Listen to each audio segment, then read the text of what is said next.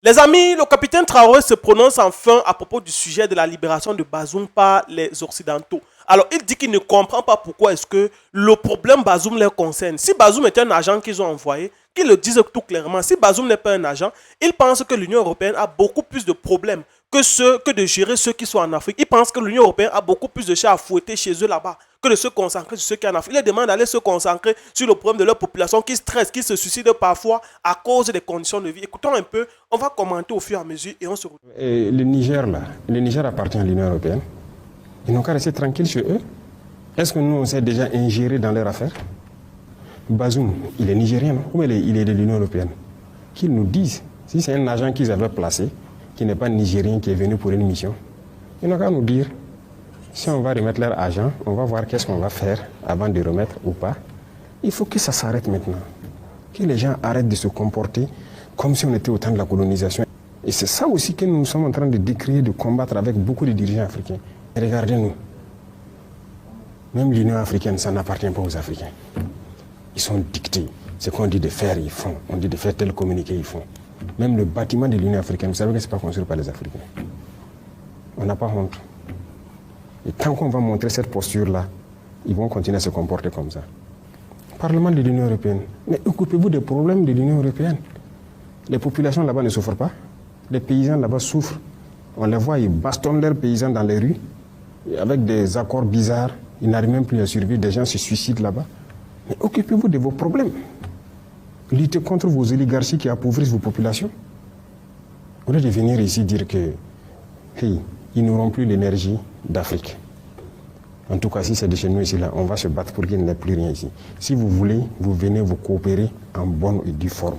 Si c'est pour venir nous piller là, jamais. C'est ça, la bataille, c'est l'énergie. L'uranium, le pétrole, même notre or.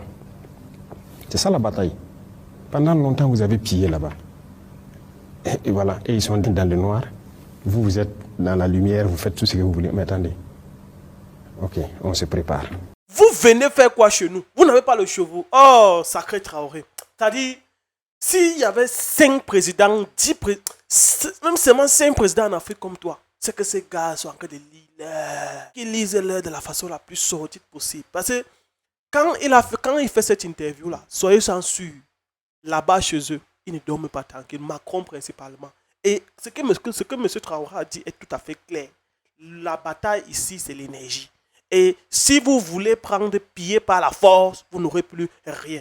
Vous passez le temps à vous occuper de notre pays. Je pense que l'Europe a plus de problèmes que nous ici en Afrique. Chacun doit se mêler de ses oignons. Ça, c'est clair. C'est clair. Pourquoi est-ce que vous allez laisser le chez vous où vous avez tous vos problèmes là, la guerre avec les Ukrainiens, une fausse guerre avec les Ukrainiens que vous avez créée pour rien, pour endormir les gens, pour même dépenser l'argent parce que vous en avez beaucoup. Oh, vous avez il faut rehausser le prix du carburant, etc., etc. Vous avez toutes ces guerres chez vous que vous avez créées. Vous laissez ces guerres, hein? Vous laissez ces guerres, vous venez vous concentrer sur ce qui se passe en Afrique. Ça veut dire que soit votre agent que vous avez placé là, si vous voulez, si c'est un agent que vous avez placé, dites-nous, on vous le remet. Oh, sacré Traoré. Écoutons ce monsieur, c'est un génie des temps modernes. Monsieur le Président, au sein de l'AES, c'est une vision commune, on parle de la même voix et ce sont des actions communes qui sont menées ensemble. Cela a été constaté à plusieurs reprises. J'aimerais juste savoir au plan diplomatique, est-ce que quelque part le bilatéral peut-il primer sur le confédéral?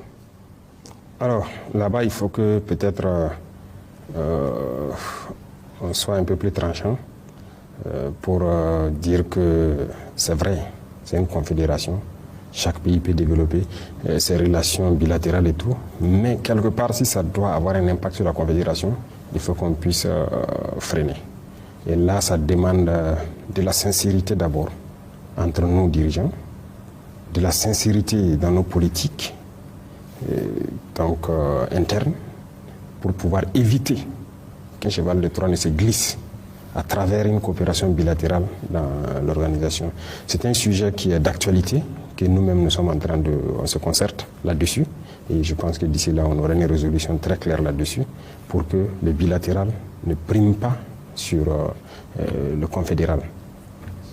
Excellence, l'agence d'exécution de l'AES est aussi l'un des instruments les plus attendus. Alors, qu'en est-il, où en êtes-vous avec la mise en place de cette agence? Oui, on est en train même de modifier le dédié agent d'exécution. Nous voulons que ce soit comme un bureau d'études en fait. Parce que le modèle, ce qu'on a dit dans l'AES, il faut éviter de faire ce qu'on faisait qui ne marche pas. Si vous suivez dans la feuille de route, vous allez voir qu'on n'a pas mis agent d'exécution, je pense. Il y avait dit de mettre un agent d'études parce qu'il faut encore restructurer et armer pour être une force de proposition. Voilà. En termes d'agriculture, qu'est-ce qu'on devrait faire les trois pays? Parce que c'est pas évident que tout le monde produise la même chose. De toute façon, même pas le même climat même. Donc, il peut y avoir des choses qui peuvent être produites dans un pays, d'autres dans l'autre, maximiser. Et après, le plus important, c'est le marché qu'on va fédérer. Je pense que c'est une meilleure formule qu'une agence d'exécution. Je sais que beaucoup d'actions sont faites. Il y a la force commune dont vous avez parlé. Mais est-ce que quelque part, Monsieur le Président, aujourd'hui, il ne serait pas temps qu'on puisse voir également au plan confédéral ce processus de dialogue doctrinal afin de désintoxiquer un peu tous ces jeunes qui sont endoctrinés alors qu'au fond, on parle de la religion, mais ces terroristes-là ne sont pas des religieux en tant que tels. Oui, il faut un travail. Mais nous essayons nous-mêmes de communiquer beaucoup sur ça, pour que les jeunes comprennent. Et quand nous montrons même les images de certaines opérations et tout, c'est pour que les jeunes comprennent qu'il n'y a pas d'avenir. Mais vous savez, le travail d'endoctrinement de l'Afrique a été profond. A été très profond. Quoi qu'on dise, il y a plein de jeunes qui rejoignent ces mouvements terroristes-là au nom de la religion. Ça, c'est une réalité indéniable. Si on passe à côté, on ne se dit pas cette vérité, on aurait échoué. Donc, il faut qu'on mette même les leaders religieux aussi sur le travail. Ici, nous avons mis les gens sur un projet de discours alternatif. Et on va le corriger, on va imposer un discours. C'est ça qui doit être prêché partout. Parce que l'extrémisme est dangereux. Et c'est l'extrémisme qui amène les gens à rentrer dans ce genre de mouvement. Ils sont nombreux là-bas qui y croient. Je vous ai dit une fois, moi j'ai fait le terrain, aujourd'hui les jeunes soldats sont sur le terrain. La réalité c'est quoi? Vous ne pouvez pas détruire une base terroriste sans trouver des livres coraniques. Pourquoi? C'est stratifié là-bas. Ceux-là qui sont là, qui combattent sur le terrain, ils sont nombreux qui combattent parce qu'ils croient que c'est la religion. C'est ce qu'on les dit. Et leurs chefs les endoctrinent pour ça. Les imams viennent un peu de partout, les faire des prêches dans la brousse là, pour les endoctriner dans le sens de la religion et faire comprendre que les autres sont des mécréants, il faut les tuer. Et c'est ça. Ils ont ces livres-là dans la brousse, ils lisent. Les autres sont des mécréants, il faut les tuer. Mais leurs chefs savent bien ce qu'ils font. Et ils sont bien couchés, bien lotis. Très souvent même, ce sont des gens qui font tout ce qui est contraire à ce que la religion même dit. Vous allez les trouver en matière d'adultère, ce sont les champions. En matière d'alcool, de drogue, ce sont les champions. Et leur travail, c'est politique. Ils savent ce qu'ils font parce qu'ils sont tenus par les impérialistes pour détruire nos nations. Et ils sont bien lotis. Leurs enfants, leurs familles sont bien gardés quelque part. Mais ils vont endoctriner ces idiots que j'appelle là, sur le terrain, là, ceux qui tiennent les armes là. Et ils croient vraiment que c'est la religion. Voilà pourquoi nous devons développer des mécanismes pour que les gens puissent prêcher à tout bout de champ, pour faire comprendre que ça, ce n'est pas la religion. Et ça, c'est impératif. Je suis d'accord avec vous. C'est en cours. Il faut qu'on ait un document unique et que partout, on puisse prêcher la même chose. Peut-être que ça va aider certains qui sont convaincus de cette chose-là, de freiner et de ne plus aller vers ça. Parce que même dans nos villes, c'est pas rare de croiser des jeunes qui trouvent que vous n'êtes pas un croyant, vous êtes un mécréant. Et tellement il vous méprise, il a même envie de vous tuer. Et il se dit dans sa tête que s'il vous tue même, il part au paradis. Des gens comme ça, ils sont prêts à prendre les armes, tuer soi-disant des mécréants. Mais il a été endoctriné. Donc c'est le travail inverse qu'il faut qu'on fasse. Donc en tout cas, nous, on est en train de travailler là-dessus pour avoir un document. Et chaque fois que les gens doivent prendre la parole, prêcher et tout, ils doivent pouvoir prêcher pour désarticuler un peu leur discours. Et là, je pense que ça peut faire aussi une avancée dans le recrutement, dans le groupe terroriste. Je pose une question très simple. Quand vous récitez « Notre Père qui est aux cieux, que ton nom soit sanctifié, que ton règne vienne », bon, quand vous récitez ça, vous vous êtes déjà posé cette question que ces paroles-là viennent d'où? C'est ce qu'on appelle l'endoctrinement. C'est-à-dire, tu mémorises quelque chose que tu récites sans savoir pourquoi est-ce que tu récites. Et c'est le problème, premier principal problème de l'Afrique aujourd'hui. Et c'est par là que les Occidentaux ont compris qu'ils devaient nous tenir. C'est pour ça que vous allez vous rendre compte que Vous allez aujourd'hui en Afrique, on a les problèmes, il n'y a pas les hôpitaux, il n'y a pas l'eau, mais vous allez voir que les églises sont bien construites, surtout leurs églises à eux. Et dit leurs églises sont bien construites, c'est beau, c'est propre, on met la clim. Pourquoi est-ce qu'on construit comme ça? Posez-vous la question de savoir. Pourquoi est-ce qu'on construit bien une église? Or, à côté, on a besoin de ce même argent pour construire un hôpital ou peut-être un centre de santé ou quoi que ce soit. On n'a pas l'argent pour construire un centre de santé, mais on a l'argent pour construire l'église. Posez-vous un peu la question. Très simplement parce qu'on sait que pour que la doctrine puisse bien vous pénétrer, il faut qu'elle soit bien ficelée, que ce soit dans un cadre sain. Aujourd'hui, tu as des gens qui ne croient plus en leur culture, qui ne croient plus en leurs racines, qui ne croient plus en eux, qui croient en ce qu'on leur dit dans les églises. Or, on est en train de les endoctriner. Tu as des gens qui pensent que leur vie se limite autour de l'église. Tu as des gens qui pensent que, ça dit, tu restes avec quelqu'un, un peu, tu es comme ça, il te dit qu'au nom de Jésus. Jésus, là, tu étais où? Tu l'as vu où? Tu étais là quand il se battait. C'est à peu près ce qui se passe. Quand le capitaine Traoré dit qu'il y a des gens qu'on a endoctrinés pour faire la guerre au Burkina Faso. Et c'est vrai. Imaginez-vous aujourd'hui, il y a beaucoup de gens dans des églises qui aujourd'hui sont devenus ennemis avec les gens, les propres membres de leur famille, voire leurs propres parents. Parce que tu arrives à l'église, le prêtre ou le pasteur fait ta prière, après il te dit, c'est ton père qui te veut du mal, fuis-le. Tu vois que quelqu'un rentre chez lui comme ça, il ne prend pas la peine de s'asseoir, d'être rationnel, d'être logique. Et il se dit, on a dit à l'église que mon père me veut du mal. Il se lève, il commence à fuir parce qu'il fuit ses parents. Donc quelqu'un qui t'a accouché depuis des années quand tu étais petit, il a eu l'opportunité de faire autant de mal qu'il voulait. Il te laisse, tu grandis. C'est quand tu as peut-être 25, 30, 40 ans qu'on te dit que ton père veut te faire du mal ou ta mère veut te faire du mal alors que ce sont eux qui t'ont vu naître. Aujourd'hui, tu te lèves, tu crois. La rationalité a foutu le camp. C'est à peu près dans ce même état d'esprit qu'on forge le mental de ces personnes qu'on envoie au fond aller faire du terrorisme au Burkina Faso. Et je dis, comme ce que le capitaine Traoré a dit, c'est un problème très, très, très profond en Afrique. Ce n'est pas seulement au Burkina Faso, c'est un peu partout. Parce qu'en dehors de l'islam, ou bien en dehors de... Bon, je ne m'attaque pas à l'islam, mais je parle en dehors de ce dont il a évoqué. Il y a le christianisme, il y a le catholicisme. Sans compter qu'il y a le pentecôtisme, il y a les orthodoxes. C'est-à-dire qu'on vous donne des doctrines que vous ne savez ni d'où ça vient et ni où ça va s'arrêter. Et vous restez là, vous gobez seulement. Vous ne jouissez pas de vos privilèges, de vos privilèges raisonnables. Vous estimez que non, ce qu'on a dit à l'église, ça veut dire que c'est forcément ça. Apprenez souvent à réfléchir, make sense. Apprenez à avoir du sens. Oui, Monsieur le Président, peut-être une dernière question sur ce volet avec ce qui se passe aujourd'hui au Moyen-Orient, notamment au détroit d'Ormuz. Est-ce qu'il y a des possibilités que la fermeture et la guerre, la fermeture de ce détroit et bien entendu la guerre qui s'y mène puisse avoir des conséquences sur nos économies, les économies de pays de l'AES, notamment en ce qui concerne le pétrole? Forcément. Il y a déjà des conséquences. Au Burkina, on essaie de continuer. Vous savez que c'est subventionné tout ce qui est essence, gasoil, gaz et tout. En fait, le prix auquel on paye, ce n'est pas le prix auquel on vend aux populations. Donc l'État subventionne. Et l'État subventionne, c'est à travers quoi? Ce sont nos propres richesses qu'on exploite là encore. C'est ça qu'on essaie aussi de garantir pour subventionner ce genre d'hydrocarbures. Il y a déjà des conséquences. Le prix du baril est monté. La ressource même se fait rare parce que les pays maintenant qui arrivent à exporter aussi ont augmenté le prix. Donc on paye beaucoup plus cher. Mais bon, nous on a essayé de contenir, de toujours maintenir les mêmes prix, que ce soit au niveau du gaz ou au niveau de l'essence. Et nous espérons que la situation se résolve. Sinon, s'il y a un coût sur l'énergie, il y a forcément un coût sur l'industrie, un coût sur les matières premières, un coût sur tout ce qui est importé, parce que le transport devient plus complexe. Donc tout augmente normalement. Mais jusque-là, nous faisons des efforts pour que les populations ne ressentent pas les effets de cette guerre. Parce que nous, malheureusement, nous ne produisons pas de pétrole, mais à l'espace confédéral, le Niger en tout cas est en exploitation.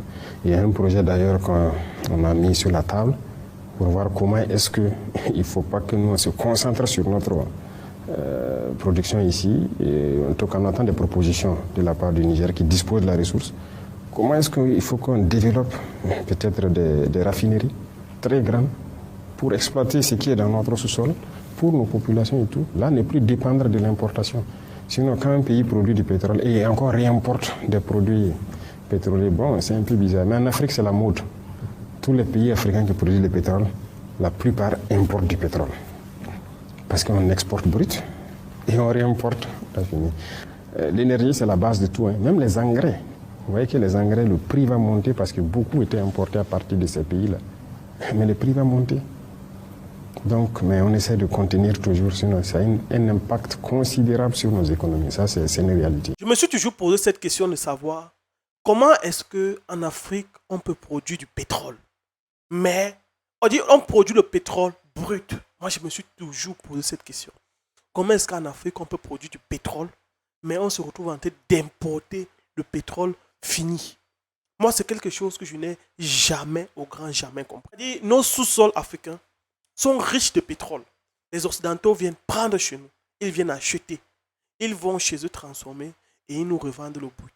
Est-ce que ça nous a dépassé jusqu'aujourd'hui où nous nous trouvons de créer nos propres raffineries pour pouvoir raffiner notre propre pétrole? À défaut, si on ne peut pas raffiner notre propre pétrole et qu'on peut seulement, avec le peu qu'on peut faire, qu'est-ce qu'on fait? Tout simplement, on se rend en Chine, on demande aux Chinois de fabriquer des moteurs qui consomment notre pétrole semi-raffiné. C'est aussi une possibilité. C'est aussi une très grosse possibilité. On se rend en Chine, on dit aux Chinois que bon, ok, on veut des voitures maintenant. C'est une autre possibilité. On veut des voitures qui vont consommer notre type de pétrole, qui sera adapté à notre type de pétrole, si on ne peut pas avoir des raffineries. C'est très simple que ça. Et dès qu'on a des voitures qui sont adaptées à notre type de pétrole, tout simplement, on commence à faire la promotion de ces voitures dans nos différents pays. Ça fait que vous allez arriver, par exemple, au Cameroun, vous allez vous rendre compte que vous trouvez les voitures, je dis n'importe quoi, c'est Ching. On peut dire n'importe quoi. Ou bien peut-être une marque qu'on a développée qui consomme uniquement notre pétrole. En quoi est-ce que ça nous dépasse? Et avec ce type de politique, ça fait en sorte que le pétrole nous revient moins cher, le pays devient plus souverain. Et maintenant, on a de moins en moins de problèmes à l'intérieur du pays. Tout va devenir moins cher. Parce qu'aujourd'hui, quand on parle de pétrole, le pétrole, c'est l'énergie. Et sans énergie, rien ne marche. Et dit sans énergie, prenez un exemple, dans un pays, dans n'importe quel pays, dès que le prix du carburant augmente, tout va forcément augmenter. Parce que quand tu produis, il faut transporter. Pour transporter, il faut mettre du carburant. Pour mettre du carburant, il faut avoir de l'argent. Et quand ça augmente les coûts de production, tu es obligé de répercuter ça sur le produit. Moi, je n'ai jamais compris comment est-ce que dans nos pays africains, on peut avoir du pétrole brut dans nos sous-sols. Actuellement, il n'y a que le Nigeria avec une raffinerie de plus de 650 000 barils de pétrole jour qui produit en Afrique. Et il faut préciser que d'ici peu, le Nigeria va quitter de 650 000 barils de pétrole à 1,4 million de barils jour en termes de production. Donc, regardez l'impact que le Nigeria aura en Afrique. Pourquoi? Parce que la politique, parce que ce qui s'est passé, c'est qu'au départ, quand Dangote vendait le ciment, Dangote importait le ciment à l'extérieur et il revendait au Nigeria.